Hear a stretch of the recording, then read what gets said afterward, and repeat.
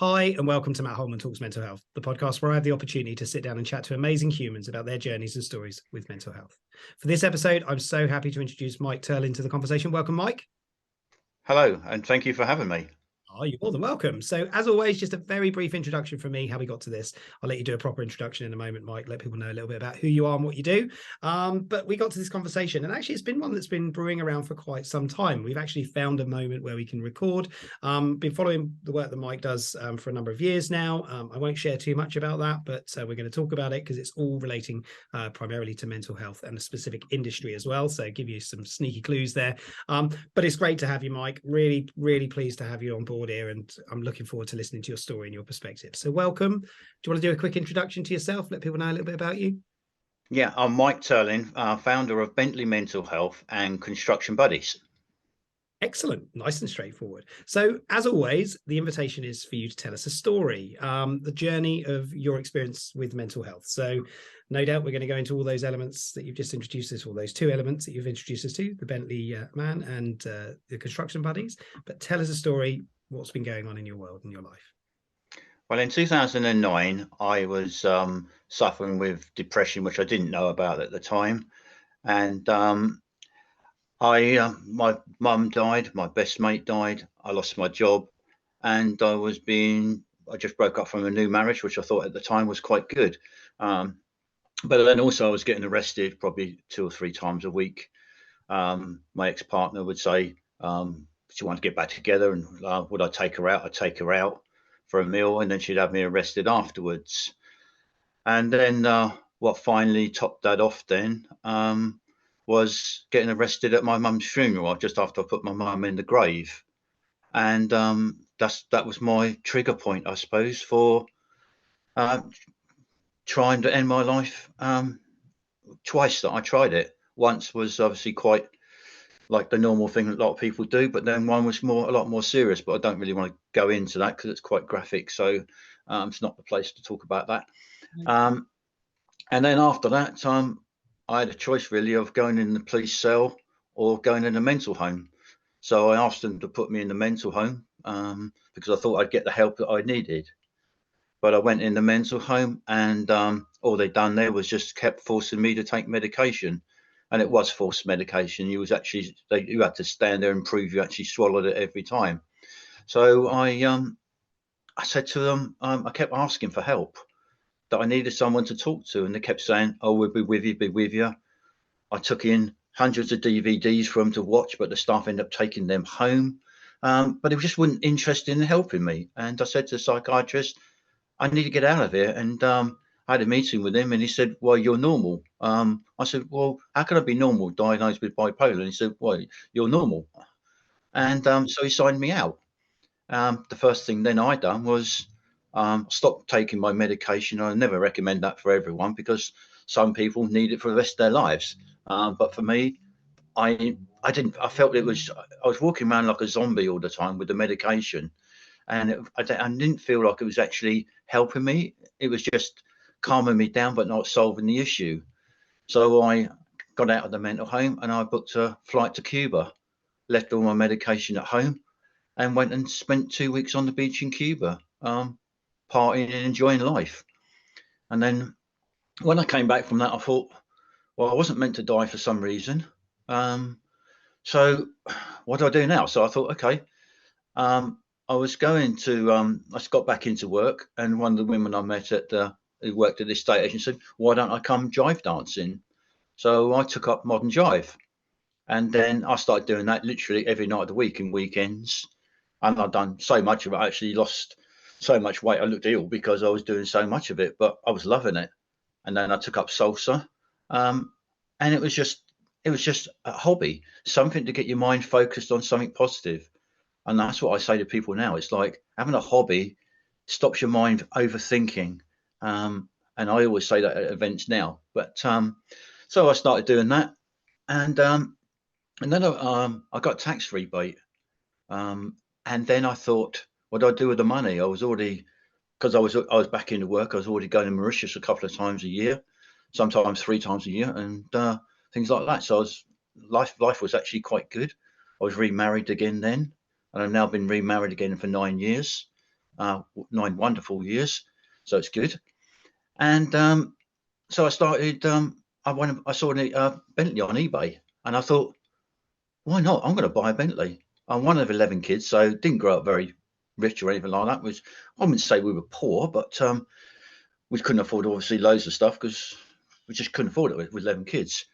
And so then I thought, okay, I saw a Bentley on eBay, and I phoned up the guy and I said, look, if you can deliver it tomorrow, I'll have it. So he delivered it, and it was only £23,000, but say the tax man paid for it anyway, so it didn't really matter. So then I thought, okay, let's customize it. So I customized it all white with a gold stripe around the side of it, and then put all living the dream on it and like little private number plate on it, just to get attention, and started doing car shows. And I wrote my story. And then what my story says, well, what you don't see from here, apart from a flash car, is how I got here today. And it tells my story about how I turned my life around, gave away everything I owned, tried to end my life, and how much it's good to talk to people, find anyone, a stranger and things like that to talk. But then after that, I thought, I want to do more for guys in construction. I still work as a project manager in construction, so I want to do more for that. The Bentley car gets loads of attention, and say it gets people open up, and loads of people open up and cry their eyes out, big, whether they're big guys or whatever they are, whether they're built like Arnold Schwarzenegger or whatever, they still cry because they open up and read my story. But then I started Construction Buddies, and the aim of Construction Buddies was to try to help people in the construction industry to end the stigma about it's weak to speak and things like that. Because I know that when I'm on a construction site, so many guys constantly open up every day and talk to me about their issues once they know what I've been through. And for me, I find it helps because I've been through it and they realise I've been through it and come out the other side. So that's why now I try to change things in the industry, not necessarily make massive changes, but trying to improve the well-being that we get for workers, show that the companies that by having better well-being, the staff stay longer, but also stop ticking boxes and cutting corners on safety. On LinkedIn alone, I've commented so many people on there where they put posts on there showing what a wonderful job they're doing. And I say to the guys, there's a high risk. The photographs you show that they could fall off the edge of the scaffold. But you say you're looking after their well-being, but you're not. But there's so much of that every day. I see photographs. I even commented to one again today. But we need to start looking after the guys. I said to one guy the other week, I said, why do you constantly work unsafe? He said, Mike, I've got no option. It's either that or I've got no work. But it shouldn't be to that stage. We should be doing everything we can to protect the guys. I know it's loads of the directors and company CEOs I speak to says, well, it all comes down to money. But when you get prosecuted, that's when you think, well, I should have actually not done that.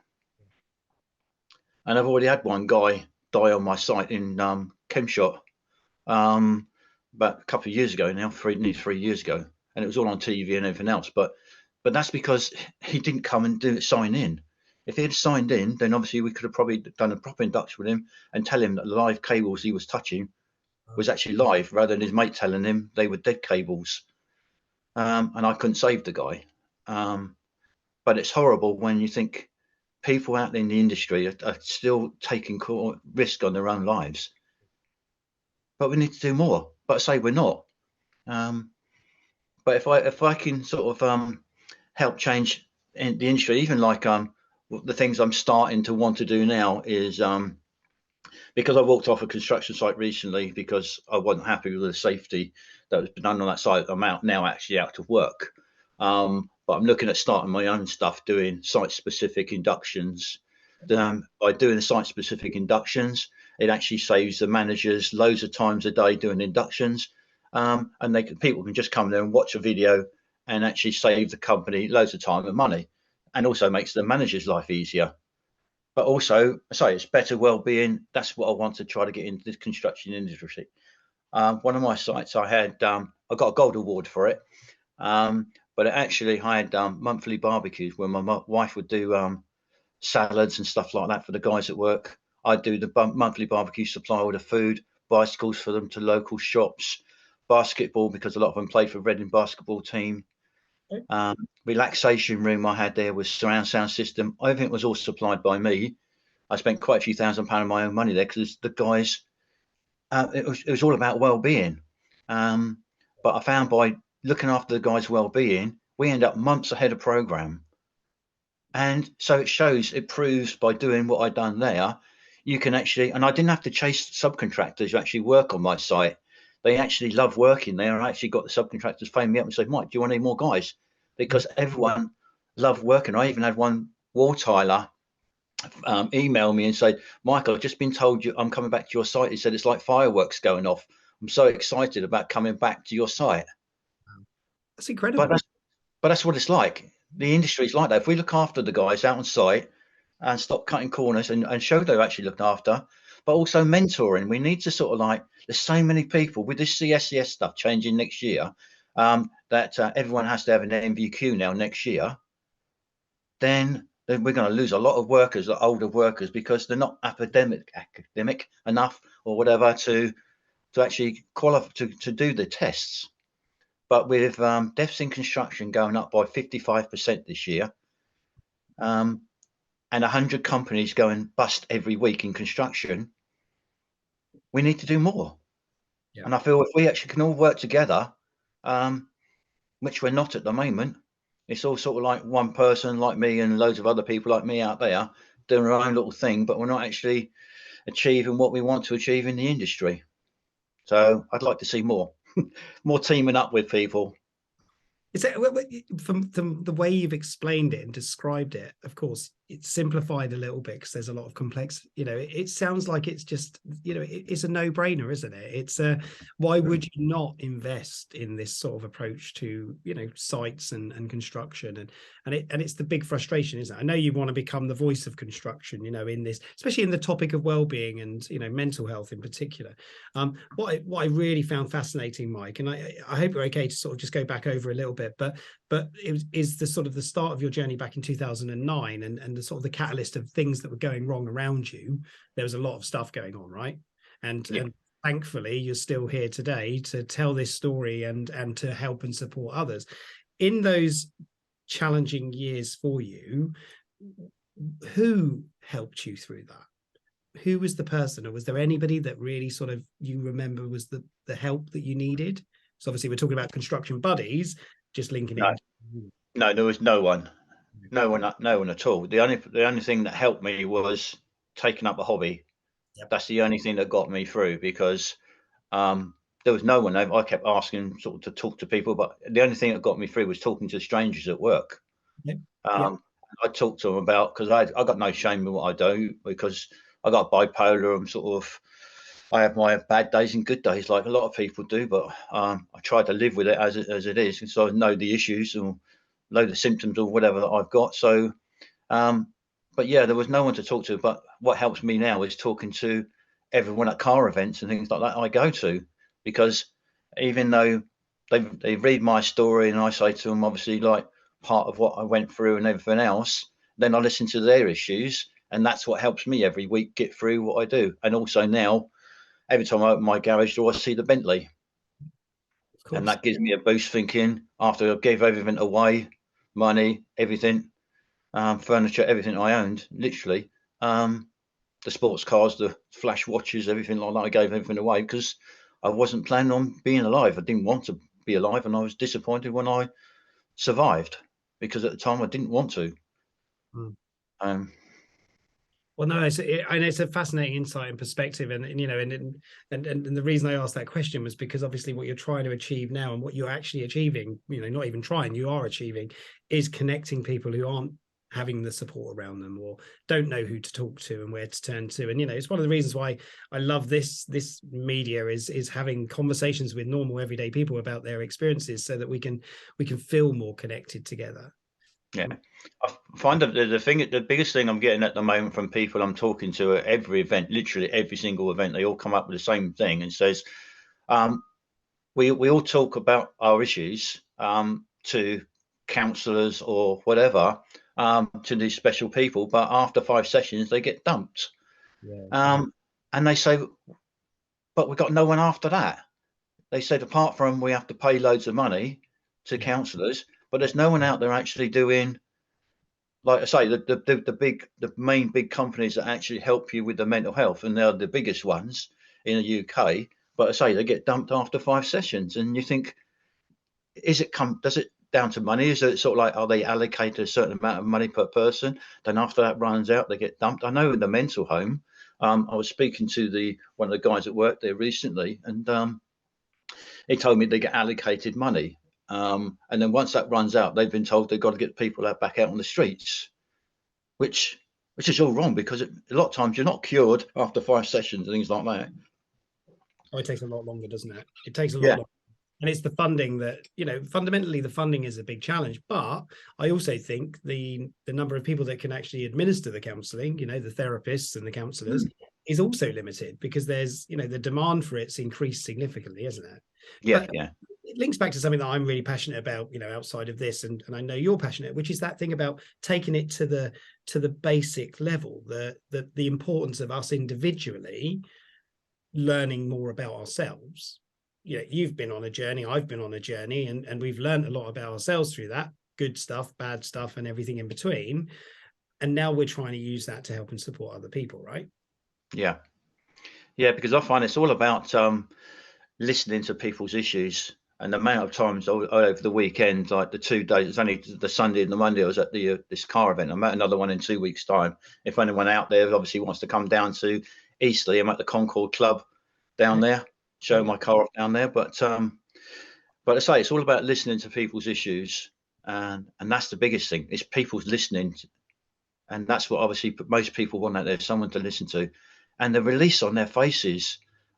So many people cried their eyes out, and one woman the weekend, she was crying her eyes out so much she actually went away and brought her family back to actually read my story at this car event, because it affected her so much.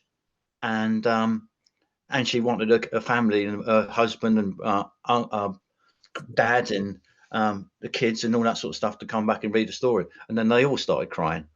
Wow, that's incredible, isn't it? What impact that's had, and that's profound. That's so deep, isn't it? But that's that human connection, and being able to be open and honest about who we really are, which a lot of people do really struggle with. Especially, think about the construction industry. For anybody that's listening, if you understand the construction industry, it's a hard industry, right? Can be, yeah. It can be really hard, yeah. And seasonally, that can have a major impact as well, right? Well, yeah, especially towards winter time and everything. You get up and it's freezing cold, and you're going out there and working, you're getting soaking through, and you think, and it's and all the pressure you're under at the moment as well, and the long hours, getting up in the dark and going home in the dark. It's not a nice feeling at all. And you already explained sort of around some of those numbers, the increase in deaths in construction, the mental health challenges. For anybody that's listening, you can go out there, you can find these statistics. They're all publicly announced, and it's quite a harsh sort of reality right now. There's a lot of challenges there, right? Yeah, because also you've got like I think it was about just over a couple of weeks ago now, a company went bust owing 352 million, something like that.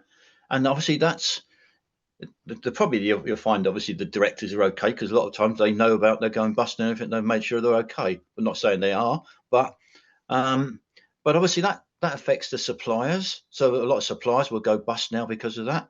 That means obviously the workers and the subcontractors could lose their houses now, because obviously a lot of times with that sort of money, one company may do 2 or 3 or maybe 4 or 5 sites. So it means they got a lot of investment into those companies. So they're all going to suffer with their mental health now. And that's never ending. Every week with, say, 100 companies going bust, there's so many people out there suffering now. We want to see what way we can do to help them by getting better well-being on site. You retain staff retention. You actually you just you imagine how much you're paying agencies. £8,000, £10,000 now I think they're charging per man like me. And obviously get through quite a few with big companies. It's a lot of money you're throwing away because you're not looking after well-being. But looking after well-being, I think the statistic, I'm not sure on the statistic, I think it's like for every pound you invest, you get £5 back, something like that, in productivity or whatever. So it shows obviously like looking after the staff is better for you. Yeah, I guess the argument for some of the construction side is they're not permanent members of staff, they're just subcontractors. So I guess that's a challenge, isn't it, for organizations? Yeah, but I suppose if they got a lot of like managers and assistant site managers, um, forklift drivers they may have for a long time that's actually employed by them because obviously it's cheaper to employ them rather than the other way around. Then obviously then the staff turnover. But I speak to so many companies as well about the bullying in construction. Yeah. And why do we need to do it? It's like well you're telling the guys you've got to get the job done and everything like that, and there's a risk of being fired if you don't get it done. But we shouldn't be doing that now. This like it's 1923, not 1974, before the Health and Safety Act come into place. We should be looking after the guys and care about them, show we care, help them get better education and things like that. That's the sort of thing that the voice of construction, me, wants to help change, is to get better mentoring and get the younger kids into more people into the construction industry. And I think we desperately need that. It appears that way, doesn't it? There's constructions going up everywhere, and it's just that where do you find the resources for the future? It's a challenge, right? Well, yeah, looking at the again, I can't remember the statistics, but I think it's so many million people we need in the industry by 2030, and which we haven't got at the moment. So something drastically needs to change. Does, doesn't it? And it's a scary reality, and I think it's not uncommon in other industries as well, where there's that lack of resources, personnel, people, boots on the ground being able to do jobs, and it's a scary thing. So let's just sort of look forward to the future a little bit, Mike, if we can. So obviously you've got the Bentley, which is amazing, and the Construction Buddies piece. Yeah. Sort of what else do you want to do with that? So how big can you make that? Well, I'd like to make it really big, obviously, but I need companies to back what I'm trying to do. And without that, I say at the moment, I've been funding it. 55% of my wages each month has been going on this of my own money each month, where I could actually be living the nice lifestyle. But even though I've got a Bentley, the Bentley is so many faults on it and everything else. But I want to say I need to get companies to back what I'm doing, and obviously like touring the UK.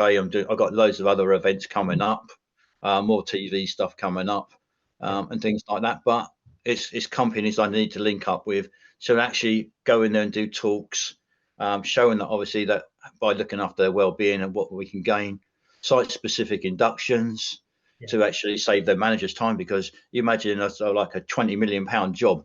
How long the manager spends each day doing site inductions, it's like hours, literally hours and hours. But if they had a site-specific induction for that site, he hasn't got to spend any time, because they can watch the site-specific induction for that site. It means they can sit and watch it and then just sign the register, sign in, or they can actually have an induction before they even come to site. It could be sent to the subcontractor's office. So there's so many things that I want to do. But also say it's all about talks on what we can do to help people, because obviously like my websites, I've got the Construction Buddies and Bentley Mental Health websites. I've got some great first aid training companies on there. There's one from Basingstoke I think you've heard of, which is yours, which is on there. Oh, very kind. Yeah, thank you. Yeah, and obviously I've got some other health and safety training people on there if you're interested in lifting and things like that, manual handling, but also counsellors. I don't get anything out of them. It's purely because I just want to help other people progress. But for myself, I'd say it's all about getting companies to try to support what I'm trying to do, which is hard at the moment because it's a hard decision to make which way to go. But I am passionate about saving lives in construction. That's my passion. And I applaud that, and I think that's just you've done a wonderful job with your own resources, and that's something that a lot of people would struggle with, of course. So you putting so much of yourself and your own financial resources into it as well it's a massive commitment, but it shows how passionate you are about this subject. And that's why I've found it really fascinating listening to you, Mike, talking about your journey, your experience, and thinking about how bad it really got for you and where you are now in comparison to that by you're doing something very noble by supporting and helping and trying to improve things. And I want to wish you all the best with that. We're sort of coming towards the end point. I'll get you to sort of say a few final words in a moment, but just want to commend everything that you've done, because I think you've just, it's brilliant. And thank you for putting our company on your website as well. I really appreciate that as well. And you know what, we can all do it together. That's the key, isn't it? It's about coming together versus trying to do it as single voices. So kudos to you, buddy. Final thoughts from you. I always say, like, any favorite phrase or saying, if you've got one, let us know what it is. What do you live your life by? But yeah, final thoughts, Mike. Well, I think the voice of construction, I want the voice of construction to be well known out there, as well as Construction Buddy. But it's about the voice of construction, about someone that talks for the workers and want to make positive changes within positive improvements within the construction, not change the construction, but positive improvements. Yeah. Brilliant. And on that journey of, improving well-being across that sector, I just want to wish you all the best with that, because it's not going to be an easy task, right? As you know.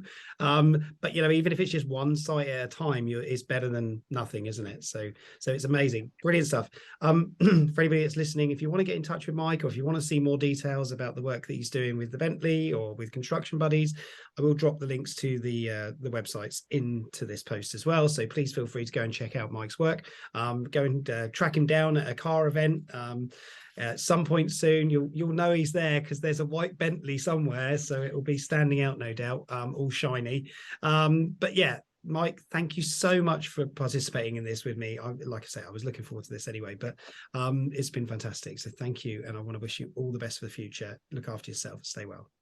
Thank you. All right.